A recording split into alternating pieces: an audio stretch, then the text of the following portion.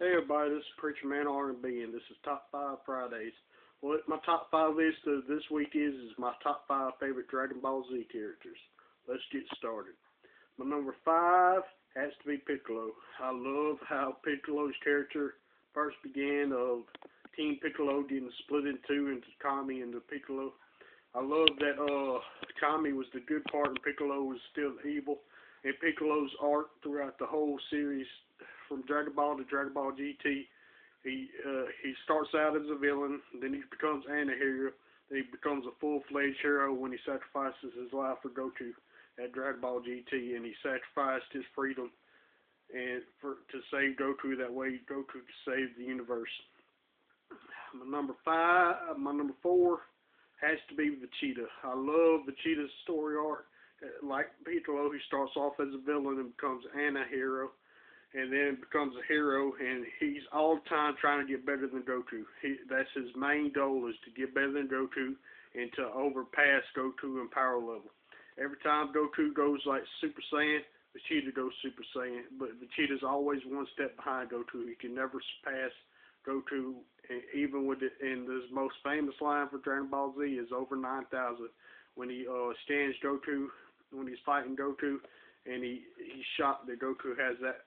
At that time, Goku's power level is over 9,000, and Machida has been trying to up Goku ever since. She's been trying to surpass Goku on power level. My number 3 is got to be Gohan. I love how Gohan's character progressed through Dragon Ball Z. I didn't like him in GT. They screwed his character up horribly in GT. But he gets trained by Piccolo. When Goku dies, Piccolo watches over him. And Gohan is the first one ever to become Super Saiyan 2. He's the first Saiyan to become Super Saiyan 2. That's how powerful Gohan was at his teenage years. And then in GT, they just screw his whole story up, and he gets weaker. He don't fight anymore. He's a scientist or a teacher or something. Completely destroys his character arc. His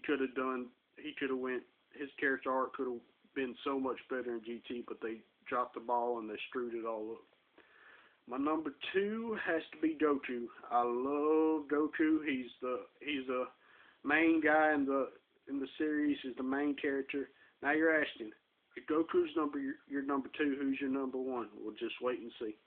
I like Goku. I like how he's the strongest Saiyan there is. He's surpassed every obstacle that's been put in front of him. He's the clinch man. The rest of the Z Warriors fight off the villains until Goku can come in and finish them off. My honorable mentions are Trunks, Yamcha, and Tien. The reason Tien's one of my honorable mentions, he's the second most powerful human on the show. I love his character design. I love his arc. I love how he looks after Chaozu. I love how he, with his tri-beam, is one of the most powerful moves on the show. I love that he got 3 eyes. I love everything about his character. He's an awesome character. My number 1 has to be Krillin. Hands down, Krillin has been my favorite character since I was a little kid. Since I first started watching Dragon Ball, I always loved Krillin's character. He's hands down the strongest human on the show. Everybody's saying, oh, Krillin's the weakest character. No, Krillin's not. Krillin's the strongest human on that show. Krillin held off Frieza. He's held off Cell. Even though Frieza did kill him, Krillin made Frieza go to his second form. And he's the only human that's done that. Krillin's my top favorite Dragon Ball Z character of all time. I love Krillin. I've always loved him. He's my favorite character on Dragon Ball Z. And that's my top 5 list for this week. Next week, my top 5 favorite YouTubers on YouTube. Y'all like and subscribe.